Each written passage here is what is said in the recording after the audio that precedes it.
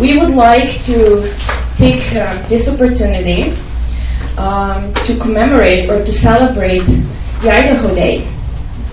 So the International Day Against Homophobia, Biphobia and Transphobia, which originally and officially it will be this coming Sunday on the 17th of May.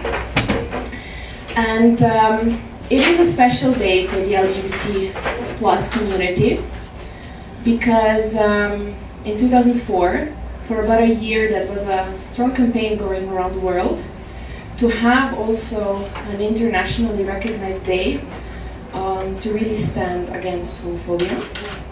And the 17th of May was chosen as the day because in 1990, that was the day when the World Health Organization removed sexual orientation from the list of mental disorders. So it was a very important day. In 2005, actually around the world, the Idaho campaign started and the first activities to commemorate this day also started. And importantly enough, in 2009, the Idaho got an extra letter, the letter T, and a whole year of 2009 was also dedicated to really address transphobia. And because also when it comes to transphobia and issues of trans people, it is a bit of a different approach also needed. So that needed to be added as well. And as of 2015, we also have maybe another addition in this abbreviation, and also to give extra emphasis on biphobia. In 2015, this year, we have a particular topic, namely the topic is LGBTQI plus youth. That's why also today's title of the discussion is Growing Up in a Safe Environment. We would like to look from different perspectives how days like Idaho or different kind of public events like the Pride parades, how they can support in raising attention, visibility, changing maybe our society in a positive way to make it also a bit of a safer place for LGBT young people and LGBT people in general. So now, let me very cordially introduce our guests. So on my very far right hand, I have Ms. Martina Vuk. Martina is the State Secretary at the Ministry of Labor, Family, Social Affairs and Equal Opportunities. And especially in the last months, I think you have become someone that the LGBT community has been looking towards a lot because you have become one of the advocates also in Slovenia for our rights. Then I have also of the Netherlands, welcome. And I can say that this special discussion today actually we have to also thank you for it because it was our joint endeavor and we are doing it actually with the support of the embassy, so thank you very much. Then I have on my right hand side here Mr. Pekka Metso, the ambassador of Finland. Then on my very far left, Mr. Hilton, deputy head of mission of the British embassy. And on my right hand side also Ms. Susan Barden, deputy head of mission from the Embassy of Ireland. So welcome all. And without further ado, I will actually invite us to start a little bit this discussion. In the first moment, I will invite each of the speakers with a question to give us your perspective a little bit from your country background, from your personal experience, also from your work position. And then in the second part, we'll be able to tackle some of the open issues. And in the third part, also we'll give the floor to our audience because I see a lot of activists from Slovenian LGBT plus organizations, and I'm sure that they would also like to contribute and ask some questions. And then at the very end, we will cordially invite everyone to join us outside for a small reception, where you can also spend a little bit of informal time with our guests and maybe raise some additional issues. So, without further ado, Ms. Vuk. So you just came back from the 3rd International Ministerial IDAHOT 2015 Forum. You were in Montenegro. But also, as I know you personally for some time, and I know that you have a long track record of being a human rights activist and fighter for human rights, perhaps you can reflect a little bit how you see the role of an internationally recognized day like IDAHOT for a country like Slovenia. Does it support in a way your work? If yes, how?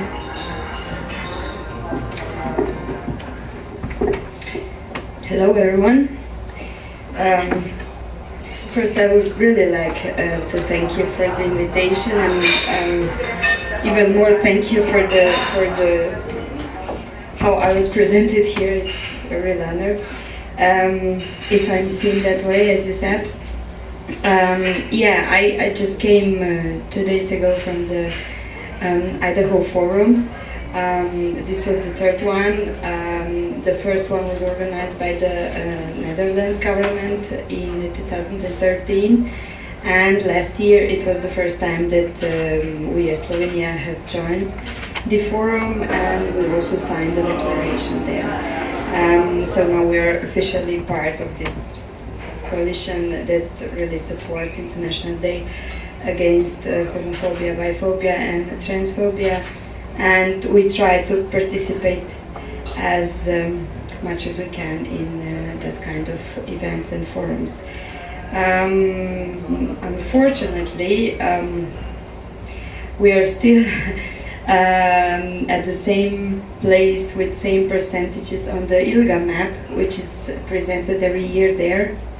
So how the country has been stepping forward in the legal status or legal recognition of the same-sex couples and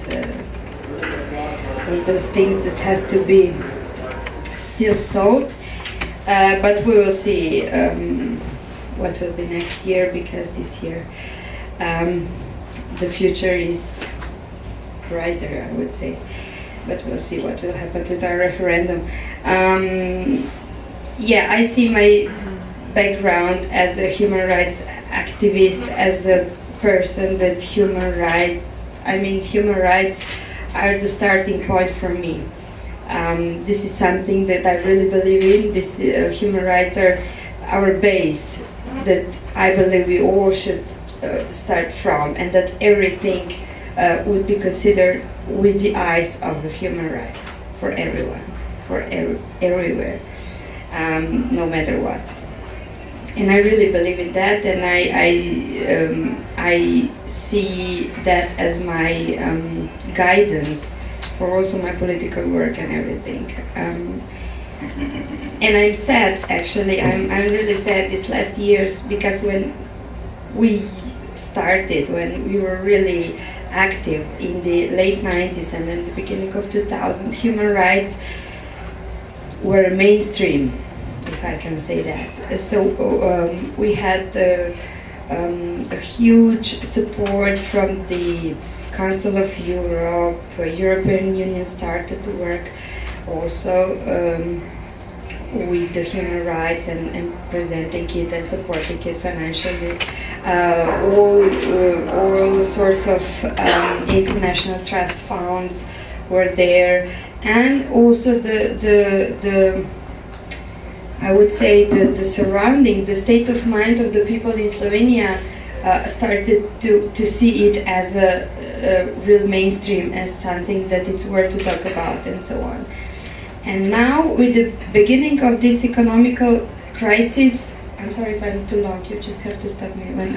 So with the beginning of this economical crisis, we sort of accepted it, and I'm angry because of that, and I'm trying to change that. Accepted that, well, human rights, it's okay to talk about, but come on, people have to survive. So who would like to think about something really abstract if we have to struggle, for everyday life? So we, as a community, as a whole society, we accepted it that human rights are not mainstream topics. And that we said, well, these majorities, all kinds of majorities, it's okay, but you know, we first have to take care of our people, whatever that means, and so on, and everything just went back, I would say. We, from my point of view, it was the first time in my history that people started to go backwards, not forwards, as they used to be. And in this year, so in 2015, I am starting to see this light, I would say, because we started to talk about it all over again. And people realized that, and the NGOs are really alive again. Maybe it's my perspective, maybe I don't know, but I also think that, and governments, all sorts of governments helped with it, that we lost these really activist NGOs. And from my point of view, activism is what NGOs should be all about, not the supplementary system of the storitve services that have to be done for the people, you know, just to. But the activism is really something that brings society to upper level. And as you said at the beginning, it was in 1990 that the homosexuality was removed from the mental illness list. So we, and I still consider me as a relatively young person, I'm 36, we were born in the times that you know, we are born or we are raised with the stereotypes, with the prejudice. So even we, what about the older generations? So that's the reality we have to face. And for the conclusion, that is why I think that pride parades, that International Day against homophobia, biphobia and transphobia, and all those kind of events, actions and visibility is something that we all have to work on, because human rights have to become mainstream again, and that is the only way how to break the prejudice and the stereotypes within the society. Thank you very much. We are working a lot on giving different reasons and arguments on the meaning and the role of the Pride Parade. I think that you just gave us another important articulation, a reminder. I think this is also something that we can say that we can see our role as being the reminder in society about not letting go of something. So thank you very much for that introduction. Ambassador Langenberg, in Slovenia, when you think about the Netherlands, at least when I started my activism 15 plus years ago, when I was looking at the Netherlands, it was one of those beacons of light, especially when it came to LGBT rights. It was one of the countries that pivoted and piloted a lot of things in this regard. So if you have a little bit of a historic perspective, a look back, was there any particular role that Pride parades, or now in the last year's commemoration of Idaho, contributed also to this political advancement, or maybe social acceptance, or change a little bit of social reality in your country? Did it make any kind of concrete contribution? No, thank you very much for your kind words, and I'm happy to be part of this brainstorming session, I would almost say, and I'm sure that quite some interesting thoughts will come up. Yeah, coming from the Netherlands, of course, I realize that we are more or less in a luxury position, because we have legislation for a longer period, and of course legislation reflects a degree of social and political acceptance. So that makes it a little bit easier, perhaps in the Netherlands than in some other countries, because diversity is in fact accepted as a fact, a normal fact of life.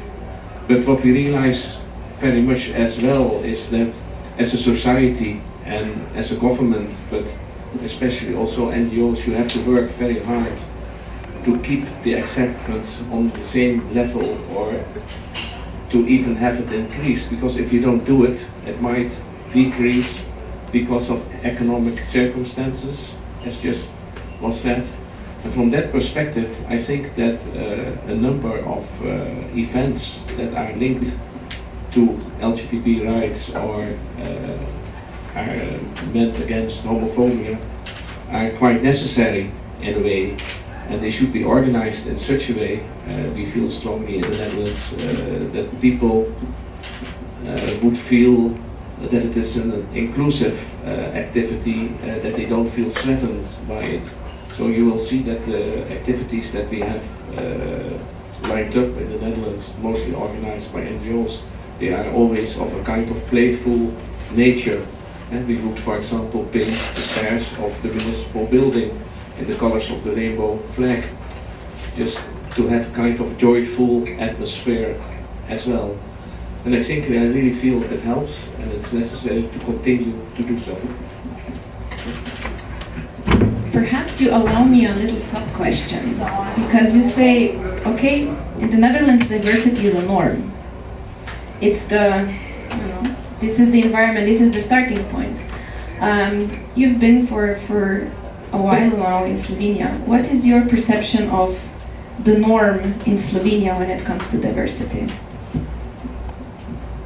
Well, it's a very political question, but of course the situation in the Netherlands is different from Slovenia. We have more than 17 million people in the Netherlands with a different background.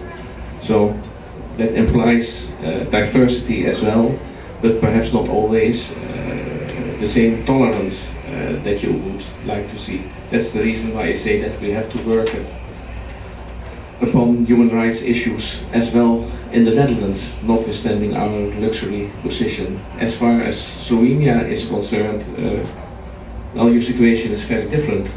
I think you are a very small, as far as numbers and population is concerned, society. It's nonetheless quite cohesive, I would say. And as far as diversity is concerned, I think the population is a little bit different, I think, from many other countries in Europe, where from the point of religion or the countries of origin, people have very different backgrounds. That makes, of course, it, on the one hand easier.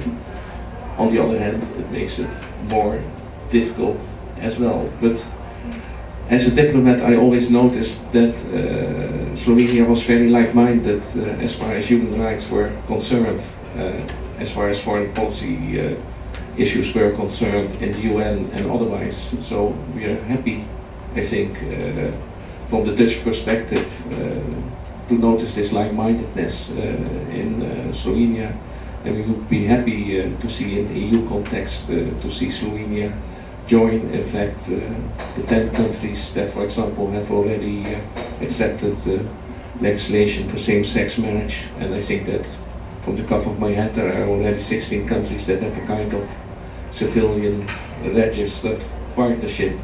So it's showing that within the EU it's moving into a certain direction, and I'm happy to see that this is reflected policy-wise in Slovenia as well. Thank you very much. It is interesting because one of the discussions I've had recently was exactly on this, that from international organizations or diplomatic perspective, Slovenia is a country that is not afraid to take on roles also in different international forums, prominent roles actually for human rights. And then when we come to the ground in our national context, sometimes we see that, well, maybe it's a bit of a different reality than the outside world maybe sees from just that perspective. And going a little bit further, Ambassador Metso, as I introduced before, the 2015 Idaho is focused on LGBT youth. And the particular issue, the importance of growing up in a safe environment. Now, recently, we've had a second research done in Slovenia here about the everyday life of LGBT plus people here. And one of the interesting facts is that particularly explicit violence in schools has increased a lot in the last years. Now, there are different background argumentations why. One, for sure, it's also that coming out and visibility of LGBT young people, it's becoming more apparent. Young people are coming out earlier. They're coming out when they're still in school. So, of course, this is something that is becoming everyday reality of the schools.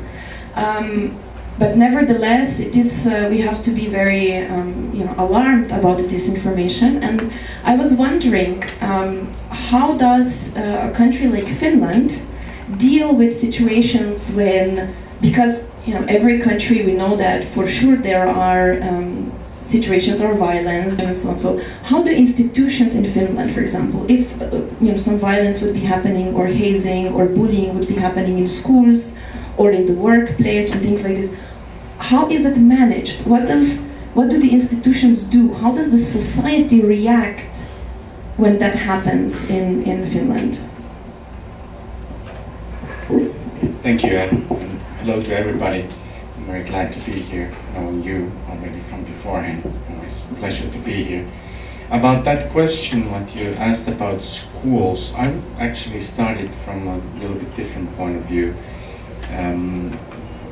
What I would say about our school system, that there's a trust in the school system. So the teachers and the parents are on the same boat. Like I'm sure some of you have seen Rob Bishek's movie Class Enemy, that shows a sign of the school system here, which I think Rob very clearly pointed out the problems of the dialogue. And I think it all starts from the dialogue. So that kind of like the parents and the teachers, they talk about these issues, and there's not like somebody who's on the wrong side or right side. And we in Finland, we trust the teachers and their role. When we go to the parents' meetings in the schools, we put the guns on the table and we start talking.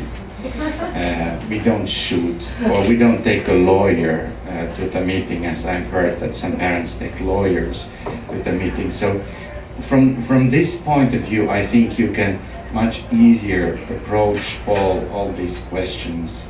It's not going to happen that you set a procedure, somebody from above, and try to then implement it. I think it's all about this dialogue.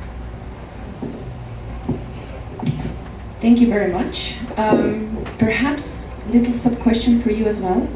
As we are talking about safe environment for LGBT youth in this particular case, how do you see a safe environment? Maybe a few characteristics from your personal perspective. What would be a safe environment for a young person growing up?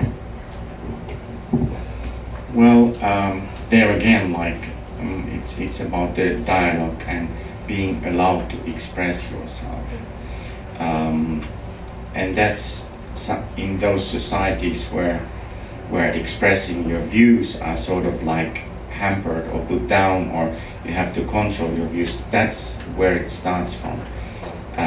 So this comes from I have been working 12 years with human rights, so we are talking about freedom of expression, freedom of speech. We shouldn't forget that the children also have the freedom of speech and right to say and express themselves, and not to be turned down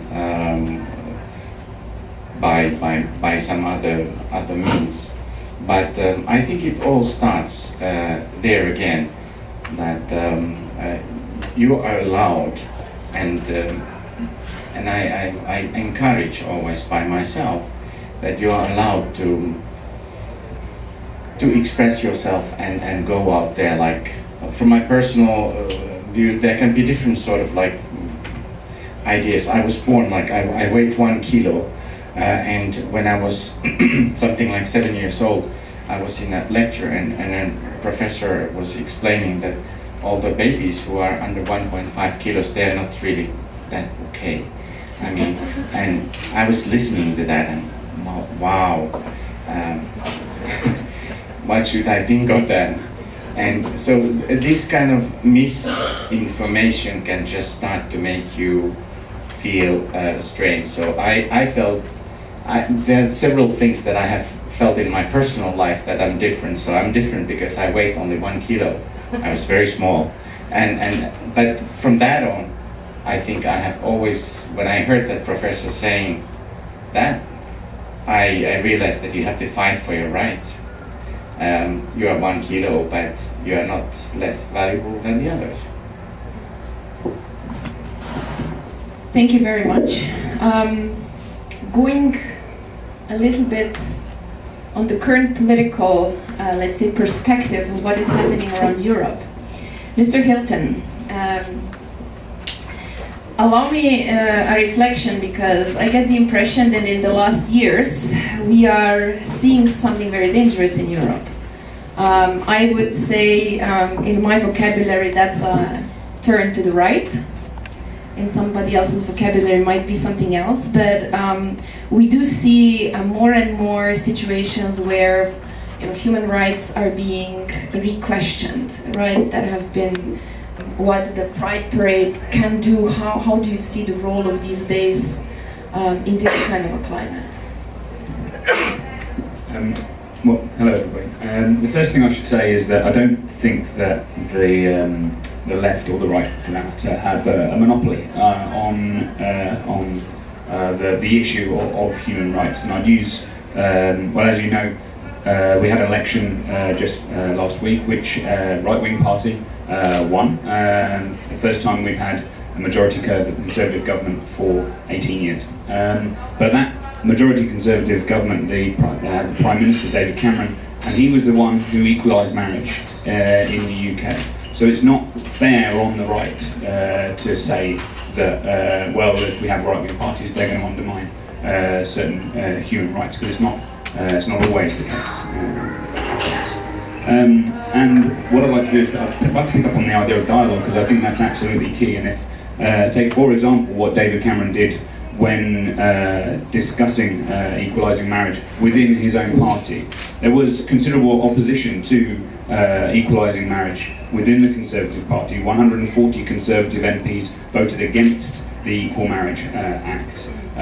But the way in which David Cameron approached it was to discuss the issue. It wasn't to say, you're wrong, it must be equalised, that's the only right, and you guys are morally out of line. It was to recognise that for many members of his party and for many British people, there is a question of competing rights. The rights of religious people to maintain their beliefs, and by having a dialogue on rights, and where the kind of when you have a tension between rights, that's how he managed to convince a lot of his own party members to come round to equalising marriage, even though they had misgivings at first.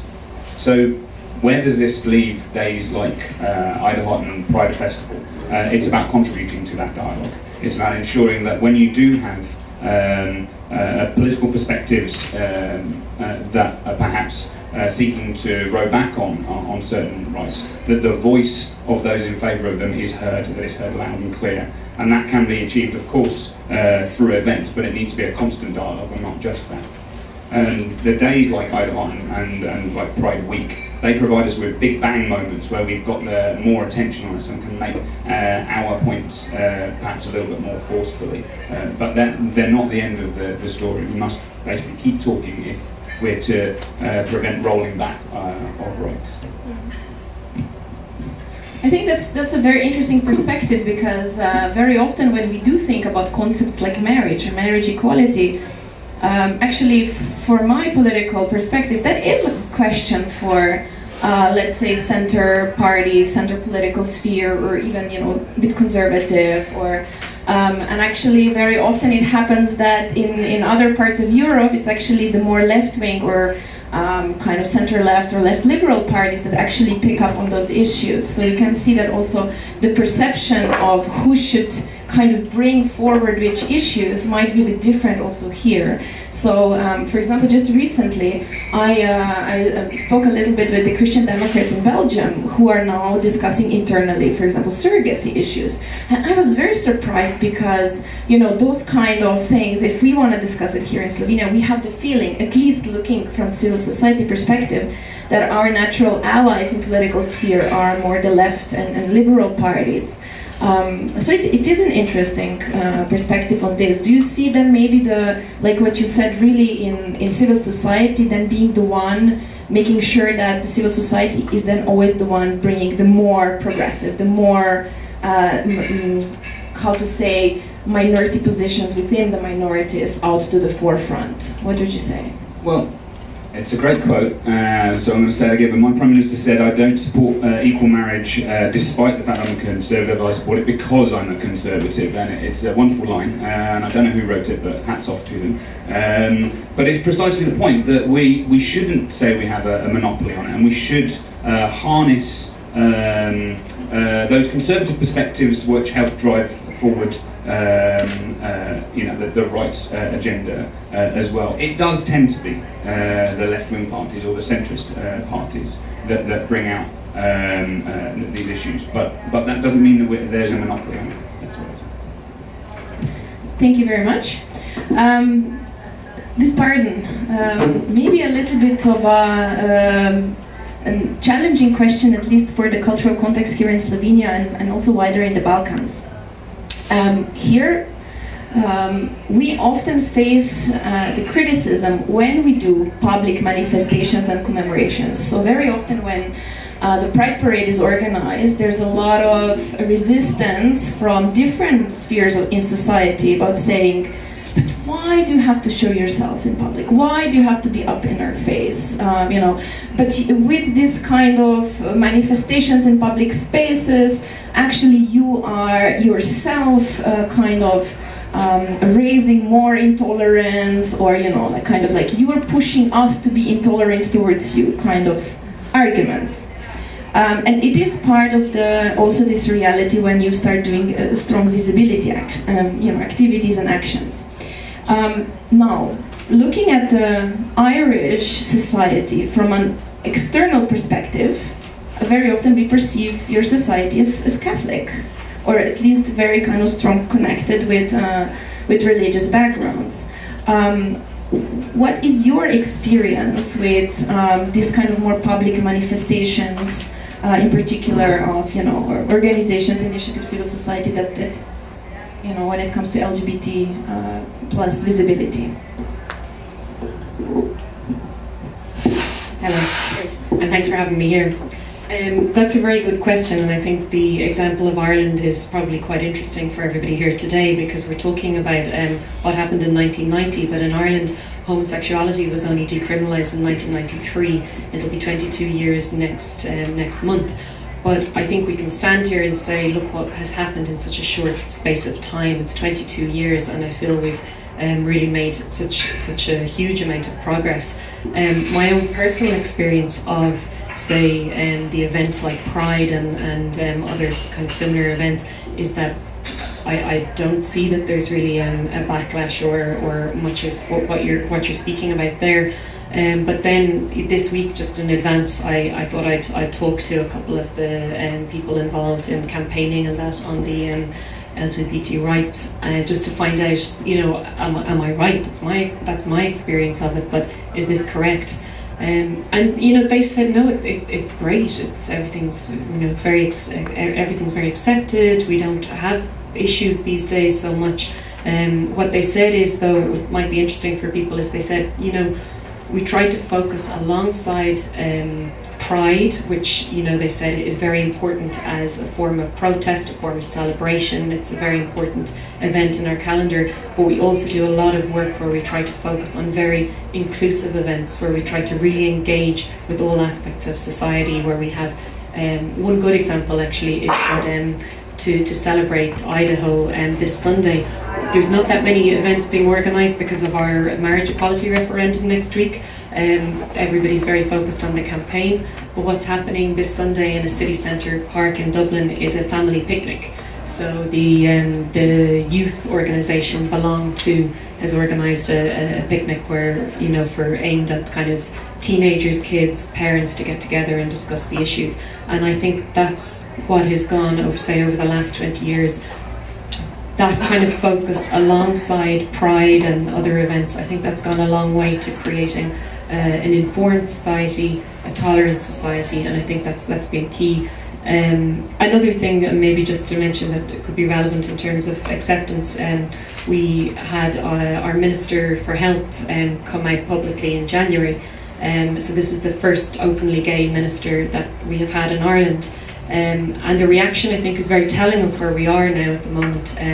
From what I could see, reading the newspapers, listening to the radio, the reaction was on one side an outpouring of support.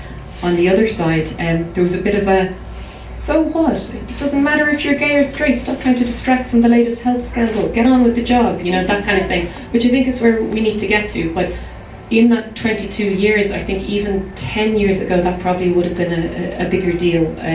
So from our experience now, I do think we're in a place. We are a Catholic society. I think if you look at the census figures, we are predominantly Catholic. But I think, you know, I do think we can be Catholic and also very tolerant and accepting as well. So I hope that answers the question. Thank you very much. I can make an intermezzo commercial break because also at the opening of the Pride Week this year, we are also going to have a brunch and a meeting for families here in Pritlice. So actually we are already looking at a little bit into some of those activities. So it was quite nice to hear that as an example. Dear guests, actually, I would like to invite you now. Perhaps you've heard something from each other because I've picked a few questions for you that were a bit specific. Perhaps you would like to ask each other something, or perhaps you would like to comment on something that your colleagues said that might be interesting for this, for today's debate from your perspective.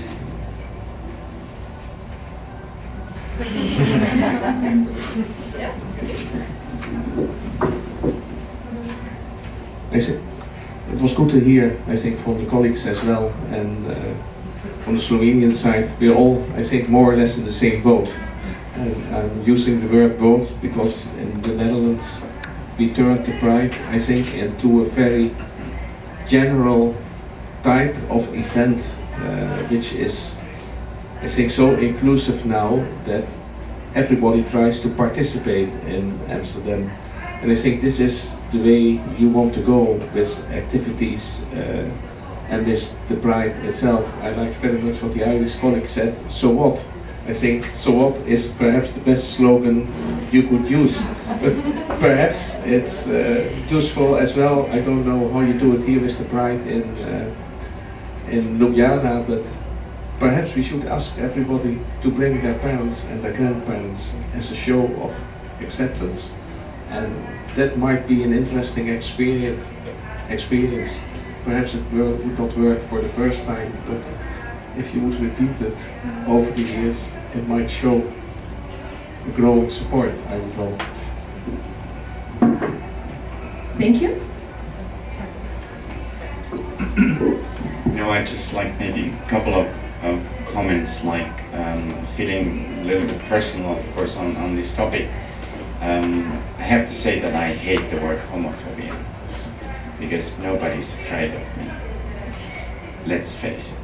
So, of course, there are phobias around the world, but I just don't feel comfortable with this. That even the idea that somebody should be afraid of me, just who I am.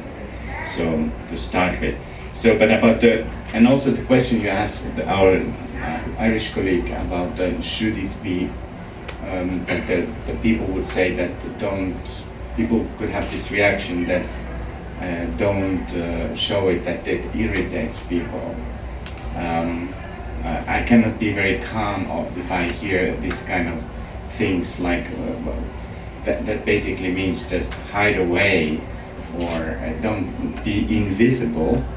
And I mean, one should not even seriously start addressing that sort of things, because then we are talking about Stone Age attitudes in our modern Western world if one faces with this kind of question.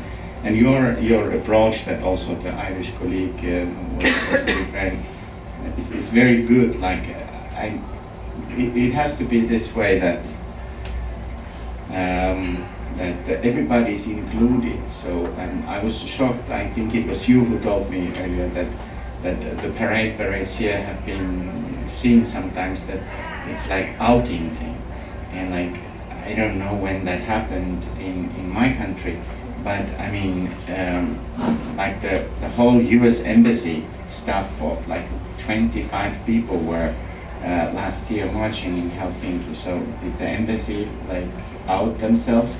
I mean, nobody's even thinking in terms of the issue of the LGBT rights nowadays is a thermometer of the rights issues in general in the society. So so that sort of thinking of people being shy. So then people are shy to show that they care about human rights, not anything else. But it takes a little while to get there, is what I would say from the UK experience. Our Pride Festival began in 1972, and until about 1988 it was quite small, just a few thousand people.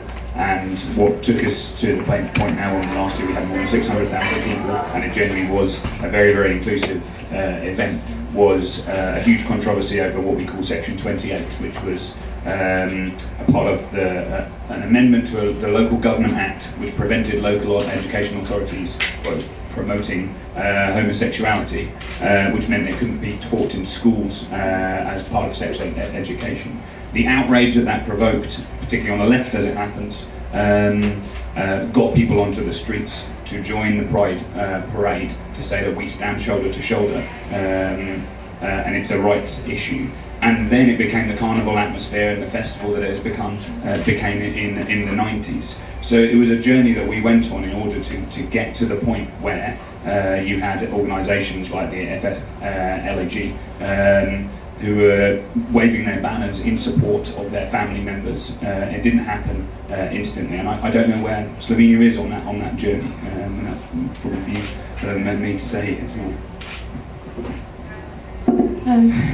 Yes, I mean, when it comes to the journey here, I think that's why we are here today. We are still at a point in our journey that there's still a lot to do. You know, I would really like to pick up on what you said, that today LGBT rights are the thermometer when it comes to human rights and open societies. You know, a couple of years ago I was in a similar panel like right now, but my co-speakers were coming from the different conventional mechanisms, the rights of the child, the CEDAW, and others. And so there was a room with a lot of prominent human rights activists who have been dedicating their life really for important struggles with women's rights, of children's rights. And we were asking, so what is the struggle of today? You know, what is the big human rights controversial issue, like it was women's rights to vote, or the different liberation movements and so on. So what is it today? And I was in a way surprised that I was reminded by them that actually today's issue is LGBT rights. And so I think what you're saying, it is something that maybe our countries need to understand more, especially in this political context, that this is the human rights issue now. You know, this is the fight, this is the struggle of our generation. So I think that's something definitely that we try to keep in our mind when we do activities and when we try to foresee what would work in our society to really further that, both on grassroots levels, but then also in political terms. So that's definitely one of the backgrounds. Perhaps, yeah, Martina? I think that's very important thing, and I agree. I really agree with it. What I would like to maybe make a point of is, it was questioned, what is the reality in Slovenia today? I think that reality in Slovenia is, again, not in my backyard syndrome. It started again. I mean, it's going on again because now it's very politically correct, and it's very widespread to say, well, we're all very tolerant. We are speaking very calm. We don't yell. We don't hate anyone. You just can't ask from me to accept everybody. But I'm tolerant. My voice is very, calm. I can talk to you. We can speak. Of course, we don't agree, but I mean, that's normal. That's, we can't all agree upon. But I'm against that, I'm against that, I'm against that, but I'm tolerant. So I really don't like the word tolerance, because I think that we have grown up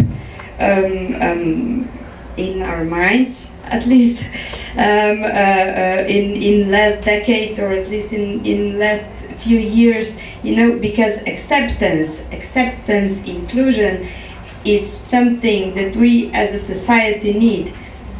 And somewhere on the way we have lost society. We have lost the feeling that we are a community, that we are supposed to live together with each other, not one by another, just that we see each other, but we don't, have any connections.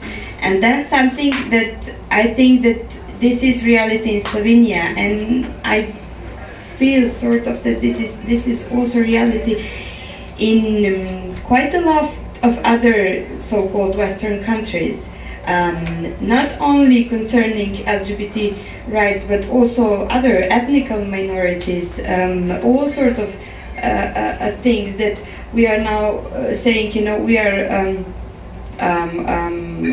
diverse community, but the real diverse community is where people are included in the community, not that they just live in there somewhere. Let's build something. Let's color picket fences just that they are away. I think that is something. That is why the visibility is something that should come again on the front door inside the society. That's something that we have to work on, because our reality now is that we are waiting for the decision of the Constitutional Court whether a referendum is allowed it or not. So we're all focused on that, and the Ireland will have referendum in a week. And I just 2 weeks ago I spoke with an MP from Ireland, and he said, well, our campaign is really door-to-door campaign, because we have figured out that people just have to see, have to touch, have to talk to different people. Just that this, I don't know whether that's the fear, but it's something, this barrier that the person has inside, that has been put in us along our socialization and so on. And they said that it was shown as the best way. And the best thing about this door-to-door campaign was that they're doing this campaign together with the NGOs. So that NGOs activists are the one that are, so that it's not a political question whether it is mine, I'm the one who did it. It is just, it's our society that we have to fight for, so it's something that our society deserves. And I think that's the best approach. So I really hope that, I hope actually that we won't face that kind of situation, so that we won't have to do campaigning, but if we will have to do it, I hope that we will do it that way, because I think that's the way that we should do it.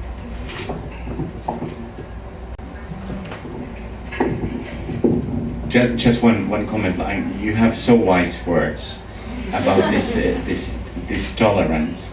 Like, I think some of the biggest bigots in the world are the ones who are using the word that they are tolerant, because we are not asking for tolerance, period. And that can be the most insulting thing to say, that I'm tolerant. So you're really putting the right terms, like a little bit like what I said about phobia.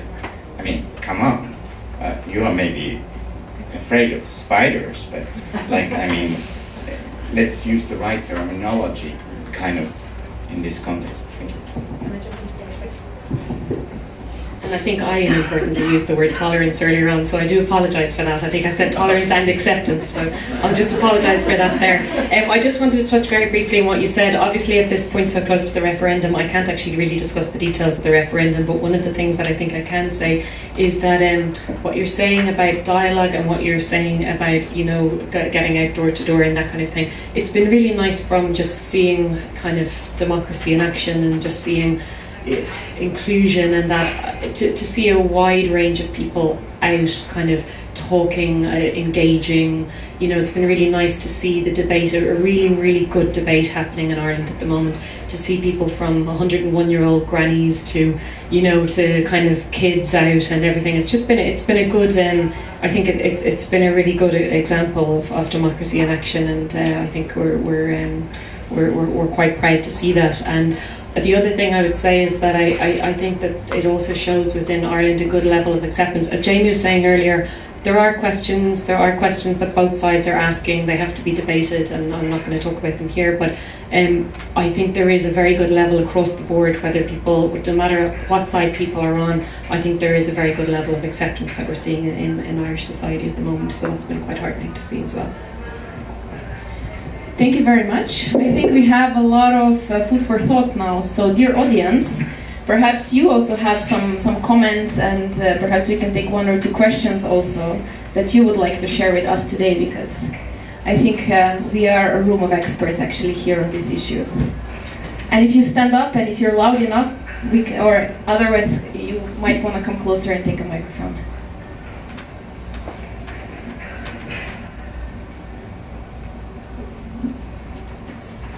Okay, can everyone hear me? Actually, I'm an Italian student of human rights, and I'm writing my master thesis on adoption for single parents and parents that do not fit in the heteronormative tradition. So I'm going to look at different countries across Europe, and I wanted to know from you panelists coming from different countries what your view is for the future, because there is a number of countries that have legalized adoption, both in terms of second parent and joint couple adoption for people of different sexualities. So what do you see the future? Because of course there is a number of countries, but it's still very small at the moment. And in Slovenia, how do you see the Marriage Act also influencing that? Thank you. Thank you. We can take a few comments and questions and then have a final round from the speakers.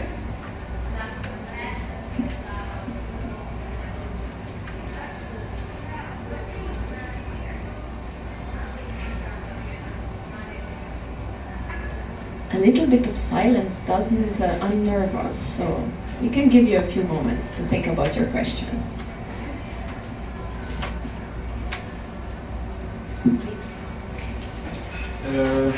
I agree with this word tolerance against this acceptance, but not at all. I think that tolerance includes acceptance. If not, this is just quasi-tolerance. Am I wrong? Thank you.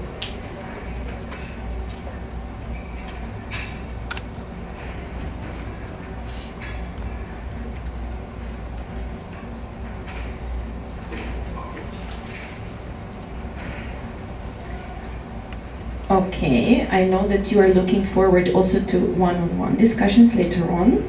So perhaps a final round from our guests, also considering these two questions.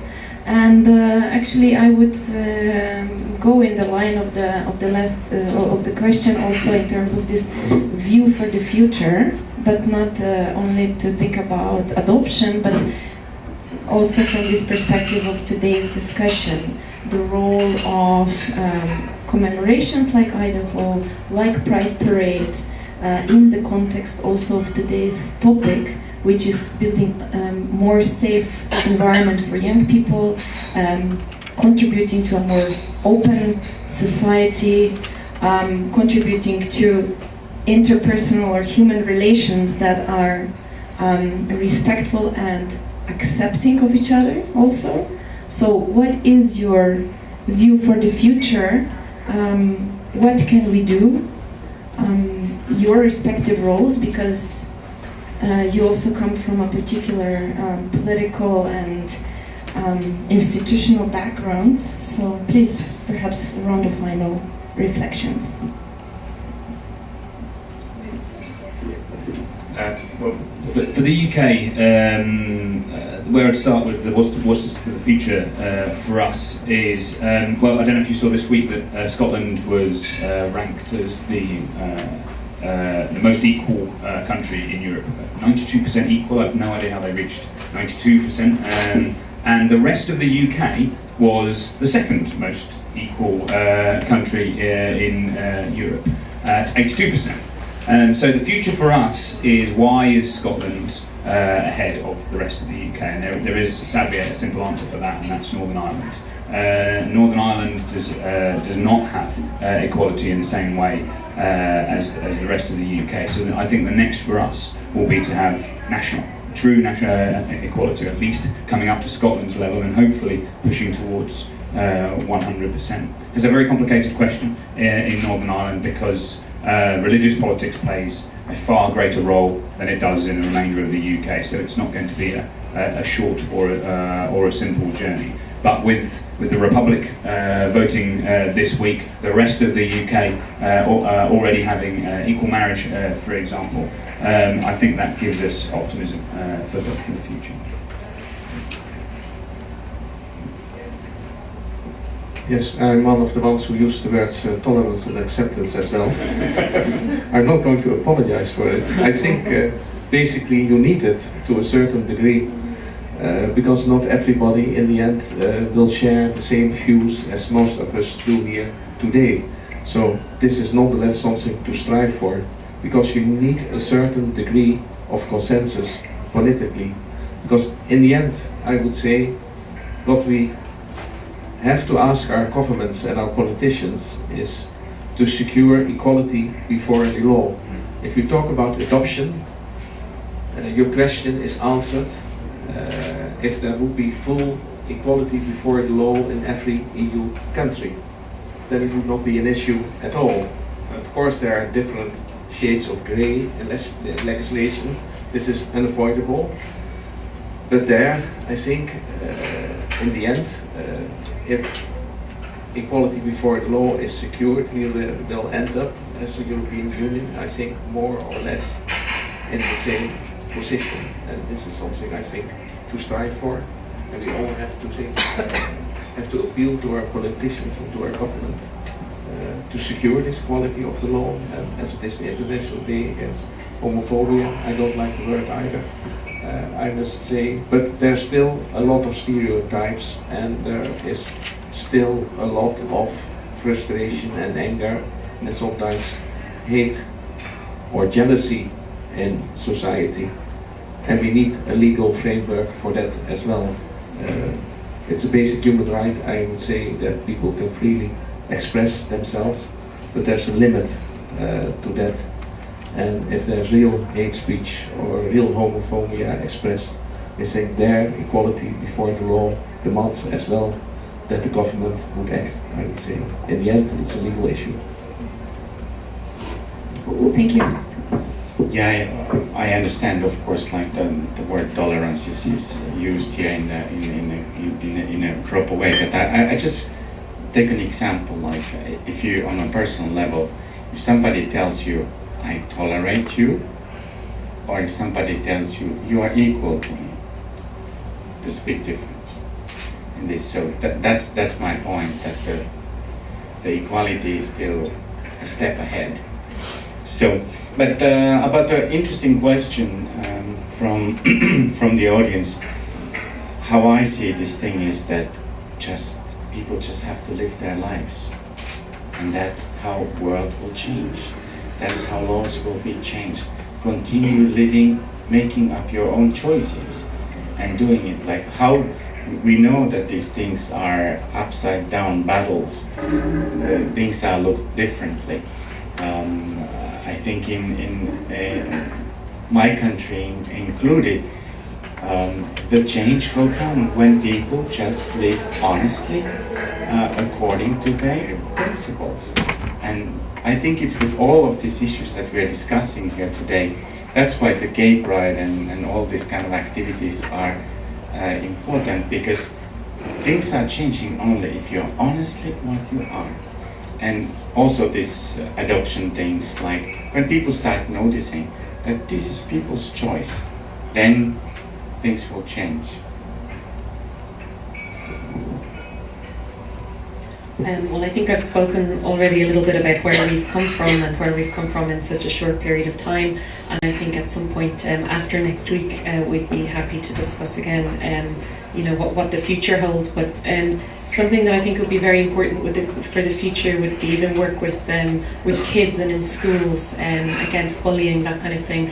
The Irish government has, in the programme for government, this government has specifically included a focus on introducing a national policy on bullying with a specific reference to homophobic bullying in schools, and that's now that programme is now being implemented across all schools in Ireland. I think this is very, very important. The kids are obviously the future, so I think if we start at that level and to have a focus there is really going to help things as we look towards the next 10, 20, 30 years. So that's where I'd like to see quite a lot of a focus.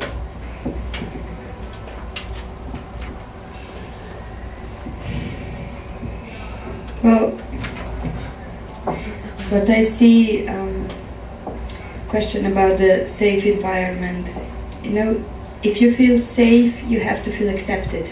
That's the way. So if you can be who you are, then you feel safe. And when we reach that level, then I think that actually we are done. Then we will have equality. We could all live our lives, and we will focus on something else. But until then we are still not close, because I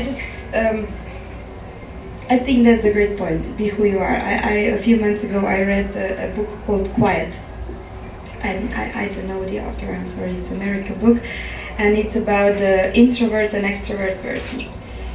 And it all began when first it was so definition who are introverts and who are extroverts, and it was without any you know, that's good, that's better, those kind of people are better than the other ones.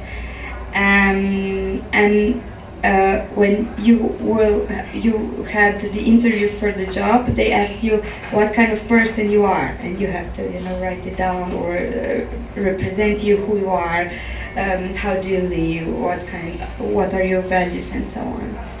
And then it all changed when the question was not what kind of person you are, but what kind of personality you are. So it was all about the appearance. So I don't care how you live. I don't care whether you live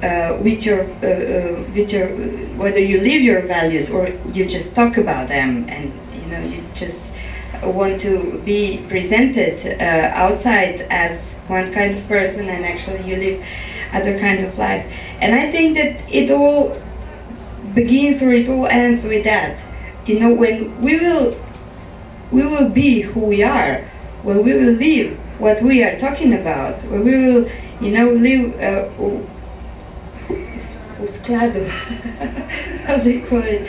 In accordance. Yeah, in accordance to your values, and when words will again, or not again, but at all mean something in action, then we will come quite far, and then we could really talk about acceptance, about inclusion, about feeling safe in the society that you live in, and about the community.